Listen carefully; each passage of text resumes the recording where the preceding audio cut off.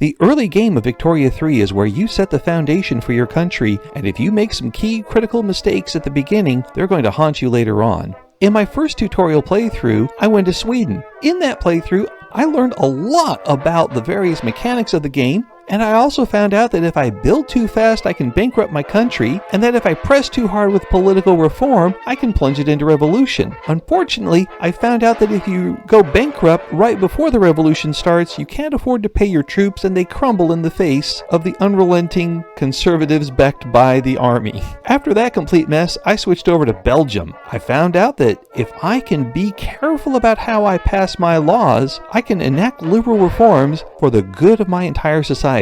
Unfortunately, I still found a way to bankrupt my country, but learning from my mistakes is how we get the best tips and tricks for the early game in Victoria 3. As the game progresses, there will be some tempting entries in the journal that might draw you out of your pre-planned path. While I'd love to build up the arts in Belgium, building up an arts academy is going to be a drain on my economy that I can't afford when I'm trying to build up other buildings that I want to make money with.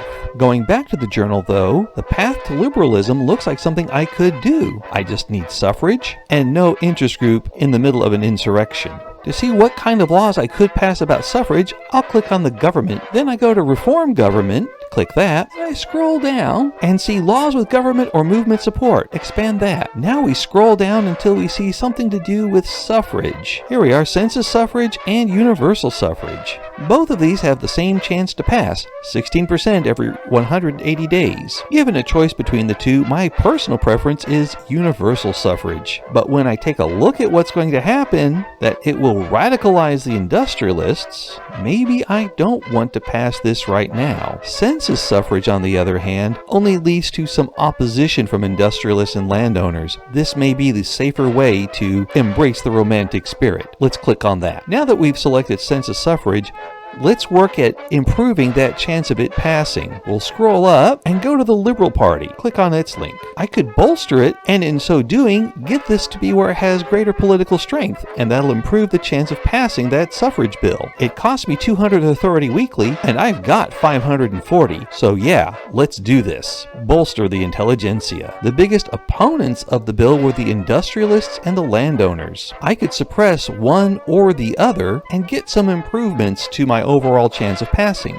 Although the industrialists have quite a lot of strength and may be the one that I want to knock down as the easiest target, I also see that the armed forces and landowners want to join the Catholic Party. If they did that, the collective bloc would be much larger in its percentage power than the industrialists. If I want to whittle away at the power of the Catholic Party, which tends to be either moderate or traditionalist, then maybe the best way to hit it is by suppressing the landowners.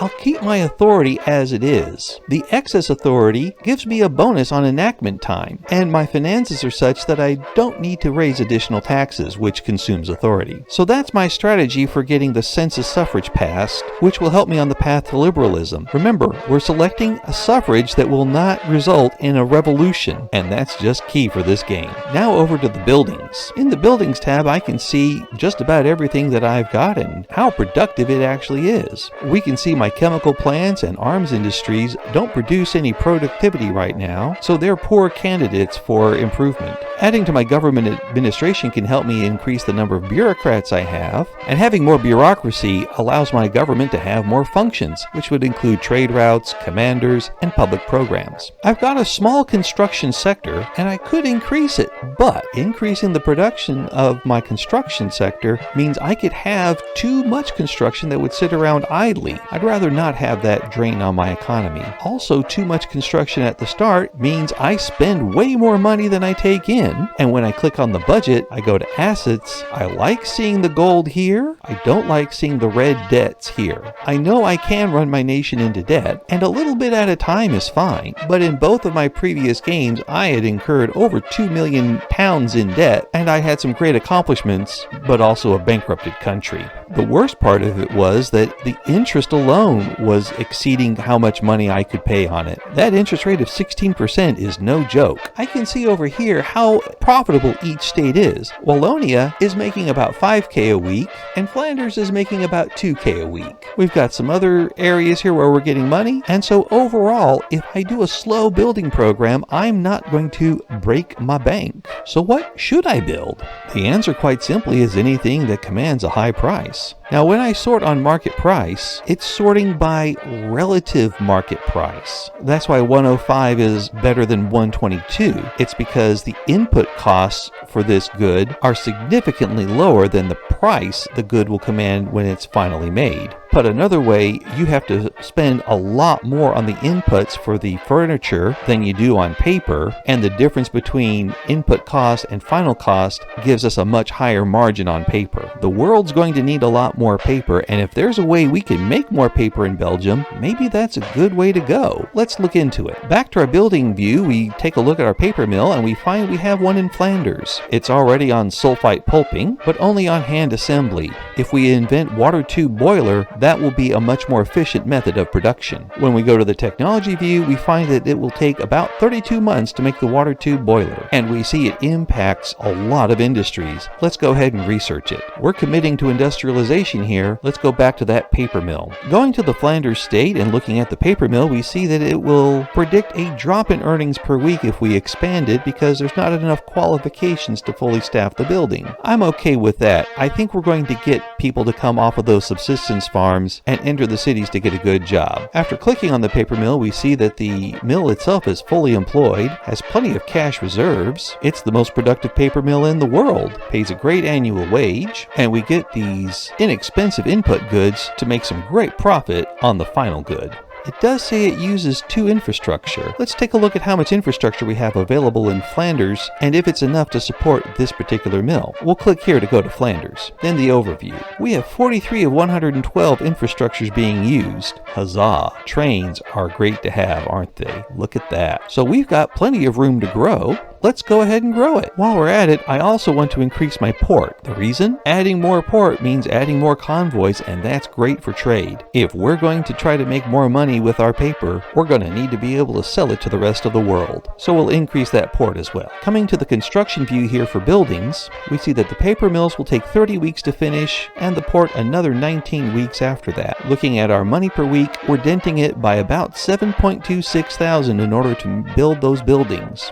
Going slowly, we're still able to accrue gold reserves. And should we have something such as a war or a desperate need to expand something somewhere else, having those reserves is going to be very important. The only other thing left to do right now is to figure out our diplomacy and what nations we want to improve relationships with. Britain is friendly and could be a good ally. France and Prussia are neutral towards us. The Netherlands may want to try to take our land. I think improving relations with all of our neighbors would be a sound policy. I'll click on the Netherlands, Interactions, and begin improving relations. I also want to end the rivalry. Let's be peaceful. It's going to drop my total influence, but I think that's good for the long run. I need friends on my borders, friends I can trade with. When I click on France and begin improving relations, I see it'll cost me 300 and I've only got 445. When I click on Great Britain, I see that it's the same cost and that I've got alliance and defensive pacts that could result from this relationship. I'm pretty close to a defensive pact and I'd really like that just in case somebody decided to attack France by running through Belgium. Not going to name names, but it's happened before. Let's improve relations with Great Britain. I can check my unread messages and see I have unproductive trade routes. Well, let's clean those out. Here we see we're losing money on these, so let's gain some money and clear them out. When I expand goods with considerable import and export demand, I see what my market requires, and then if I click on the good itself, I see where I can sell it for some money here. The British want steel, the British get steel. Go back, let's sell some wood. The Dutch will pay the highest price for wood. This could also help our relationship. Let's sell it to the Dutch. Fertilizer. Take our pick. Dutch are closest, I'll sell to them. Notice that selling to a direct neighbor involves 0 convoys. So if you have 2 that are the same price and you feel the same about them politically, the one with the lowest convoys is actually the lowest total price. When we go back, we see we still have more fertilizer to sell. The Portuguese don't need as many convoys as the Russians or Austrians, so I'll sell to them. And the Spanish while I'm at it. And I still have more fertilizer? Okay, Russians. Now I need to import iron, tools, furniture, and wheat. Let's take a look at the best trade routes for those. We have 459 convoys available, and we can get a lot of it from the British market. It's also the most productive route. I say we do it. Notice that the number of convoys we have didn't decrease by a full 175. That's just the maximum amount the British could send us. We didn't need all of it, so we don't take all of it. Tools is the next priority. Good profit from the British on those. Now chairs. Portuguese are more profitable there. Ooh, iron again. We got some good productivity from the Austrians. Let's get it from them.